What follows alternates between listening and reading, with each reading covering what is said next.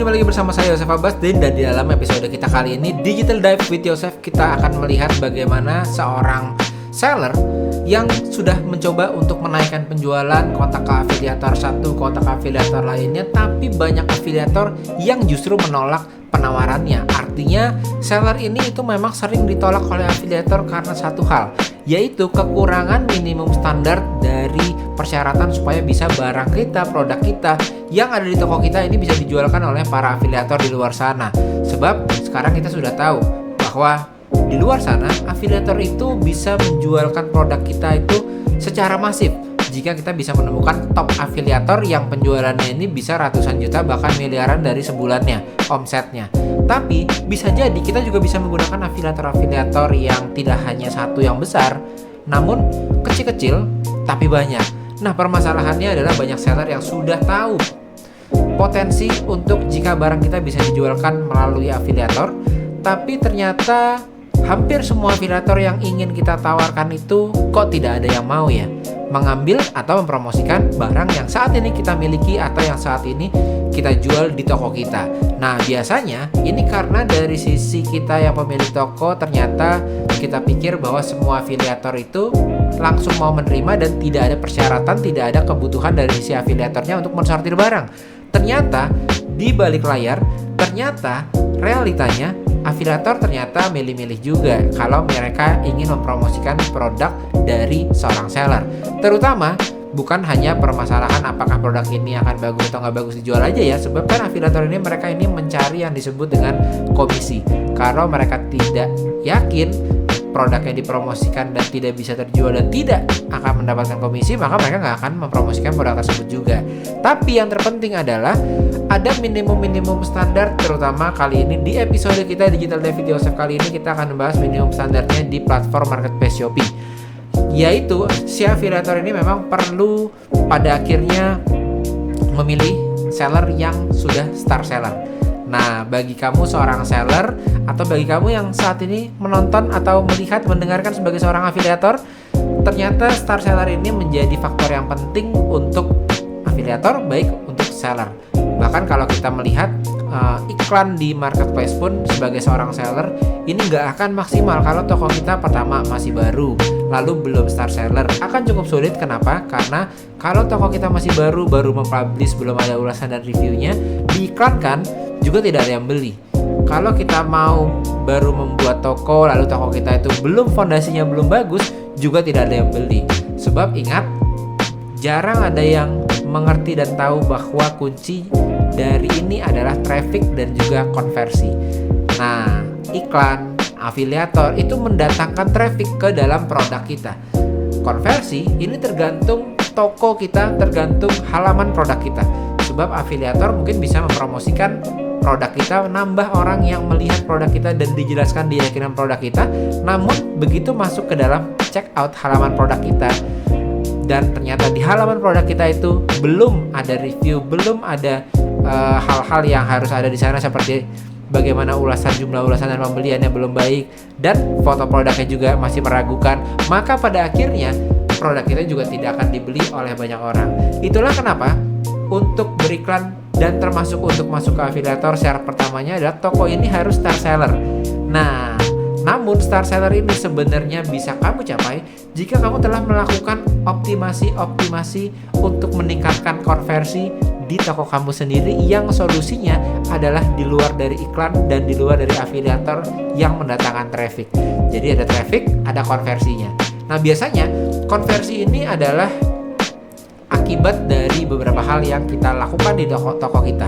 Hal-hal kecil, hal-hal fondasi yang memang perlu kita set up sebelum kita melangkah ke tahap selanjutnya. Contoh yang pertama adalah, satu, begitu kita punya toko, biasanya kita harus menerapkan judul dan deskripsinya dari produknya.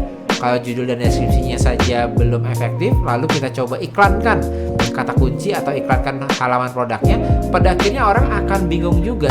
Dan konversi ke dalam halaman produk kita judulnya tidak sesuai, itu orang juga tidak akan efektif. Iklan kita juga tidak akan efektif. Inilah sebabnya sebelum beriklan ataupun sebelum masuk ke afiliator, langkah pertama adalah perbaiki dulu judul produk dan juga perbaiki deskripsi produk. Nah, selanjutnya dari elemen judul dan deskripsi, biasanya kan kalau iklan itu pasti ada kata kuncinya itu ya. Nah itu makanya penting judul dan juga deskripsi. Namun selain judul, yang biasanya orang lakukan adalah begitu masuk ke halaman produk, tanpa kita sadari foto yang ada di halaman produk kita itu adalah foto yang menjadi landing page-nya dari produk kita. Jadi kalau kita masuk ke halaman produk kita, maka orang biasanya bukan akan masuk ke deskripsi dulu biasanya. Bahkan deskripsi ini hal yang terakhir orang lihat. Namun hal-hal penting itu biasanya akan dilihat orang di foto dari produk kita tersebut, di visual toko kita jika mereka masuk ke toko kita duluan. Jadi biasanya yang sering dilupakan adalah saat kita ingin beriklan, saat kita ingin menjualkan produk kita melalui afiliator, fondasi konversinya ini yang belum kita perhatikan. Nah, saran pertama saya adalah begitu kita mau untuk menaikkan SKU baru atau produk baru yang kita masukkan ke toko kita, langkah pertama adalah landing page-nya dulu. Ini harus diperhatikan, dalam artian adalah buatlah foto yang ada di halaman produk kamu itu seakan-akan menjadi landing page utamanya. Itu foto slide-nya itu. Nah, oleh karena itu biasanya hal-hal yang berkaitan dengan deskripsi kita tulis di deskripsinya di dalam halaman produk. Padahal itu tidak pernah atau jarang dilihat sama customer. Yang lebih sering dilihat customer justru adalah yang foto produknya. Begitu masuk ke halaman di marketplace, itu pasti akan ada foto. Nah, foto itu yang akan di slide. Nah, artinya adalah di sini apakah kamu telah mengambil key point penting dari deskripsi yang kamu miliki. Itu beberapa key point pentingnya itu dimasukkan di dalam visualisasi produknya. Mulai dari kalau di deskripsi kita ada ukuran misalnya ya, ukuran panjang, lebar, dan lain-lainnya, itu sebaiknya tidak hanya ditunjukkan di deskripsi, karena deskripsi ini adalah hal terakhir yang biasanya orang lihat. Namun dari deskripsi ini dipindahkan ke visualisasi gambarnya, divisualisasikan panjangnya, lebarnya berapa gitu ya, dikasih angkanya. Itu yang lebih penting dan menaikkan konversi saat kita nanti memberikan produk tersebut ke afiliator ataupun memberikan produk tersebut untuk diiklankan. Sebab dari iklan, orang masuknya nanti akan langsung ke halaman produk, dan di halaman produk ternyata point of view-nya orang yang pertama kali dilihat itu justru adalah foto yang ada di halaman produk kita. Jadi fotonya jangan menggunakan foto standar dari supplier ya kalau kamu adalah seorang distributor atau reseller. Tambahkan foto yang mendeskripsikan deskripsi yang ada di halaman produk, itu dipindahkan semua ke visual sebanyak-banyaknya. Kan kamu di sana punya slide-slide di sana. Nah, pindahkanlah deskripsi-deskripsi tersebut ke visual. Karena saat ini pembeli kita itu lebih memprioritaskan visual ketimbang teks ya. Apalagi teksnya panjang seperti itu. Oleh karena itu, inilah yang biasanya perlu kita lakukan terlebih dahulu, merapikan visual supaya konversinya naik. Jadi memang nggak bisa kita tutup mata. Kepercayaan pembeli untuk toko yang baru, bahkan jika yang belum star, supaya bisa naik menjadi star, selain harganya harus bersaing ya, harga produk kita nggak boleh terlalu tinggi, nggak boleh terlalu rendah, tapi justru kunci utamanya adalah kepercayaan pembeli itu datang dari first impression saat ngelihat toko kamu. Pertama kali masuk ke toko, pertama kali masuk ke halaman produk, itu first impressionnya. Jadi mau nggak mau ya customer kita akan judge the book by its cover. Ngelihat dulu penampilannya, ngelihat dulu gambar visualnya dulu. Nah, yang teks-teks tadi, oleh karena itu yang biasanya lebih tidak dilihat, itu harus dipindahkan ke tempat di mana perhatian orang first impression-nya itu tertuju, yaitu di foto-foto tadi atau di visual-visual tadi. Jadi biasanya kalau toko kita belum star seller, itu biasanya kuncinya nggak jauh-jauh. Judul ataupun optimasi visual, memasukkan deskripsi tadi, key point-nya ke dalam elemen-elemen visual. Lalu kalau di judul sih biasanya pertama adalah cek lagi apakah ada typo atau tidak, tapi yang penting adalah format penulisan judul. Model atau kategori produk itu harus ada di judul kita, terutama kalau brand kita ini belum kuat. Kalau brand kita sudah cukup besar, sudah dikenal oleh masyarakat luas, maka bisa ditaruh di paling pertama dari judul kita.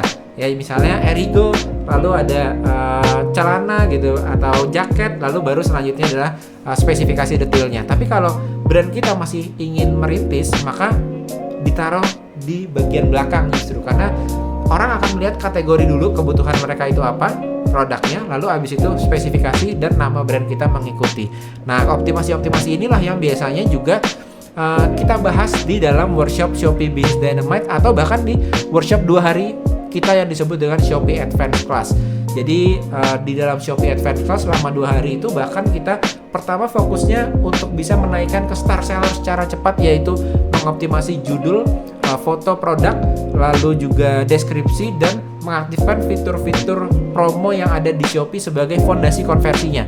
Nah, kalau ini dioptimasi, star seller itu sudah hampir dipastikan itu akan tercapai, sehingga kamu baru bisa masuk ke yang lain, yaitu beriklan, strategi beriklannya, lalu masuk ke strategi menggunakan kolaborasi affiliate dan juga live-nya. Nah, jadi buat kamu yang mungkin saat ini merasa kalau sekarang sudah coba langsung iklan tapi nggak efektif, atau kamu sekarang coba, aku mau coba produkku ini masuk ke afiliator tapi kenapa nggak ada yang mau ya, ditolak oleh afiliator, itu biasanya PR-nya justru di dalam toko kita sendiri, di dalam optimasi yang dilakukan di toko kita.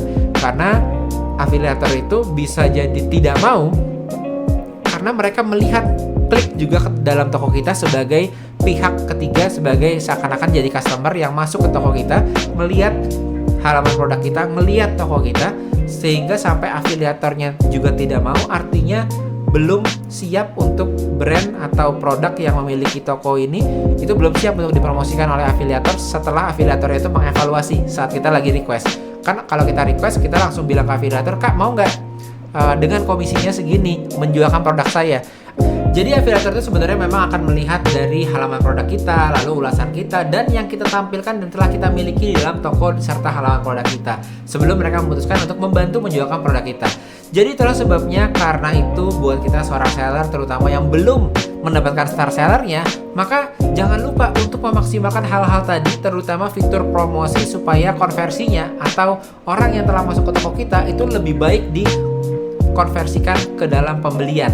Kalau ini udah bagus, konversi toko kita udah bagus, baru kita masukkan trafficnya dengan berbagai metode, dari afiliator, dari iklan, bahkan hingga masuk ke dalam live shopping. Tapi kalau belum, maka hal-hal itu mesti kita perhatikan terlebih dahulu. Nah, enaknya kalau di Shopee itu kita bisa bilang bahwa kita bisa digas terpisah setelah kita udah punya star seller. Tapi ya, kalau kita udah punya star seller, paling maksimal memang semuanya diaktifkan, iklan, affiliate, live shopping. Namun bisa digas terpisah.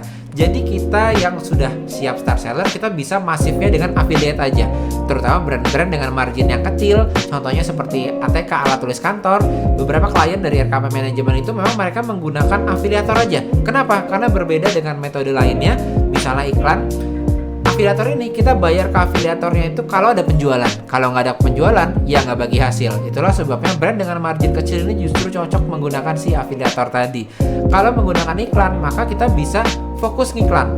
Lalu dengan dari iklan pun itu bisa besar juga. Jadi enaknya di marketplace Shopee ini kita bisa mulai ngegasnya terpisah.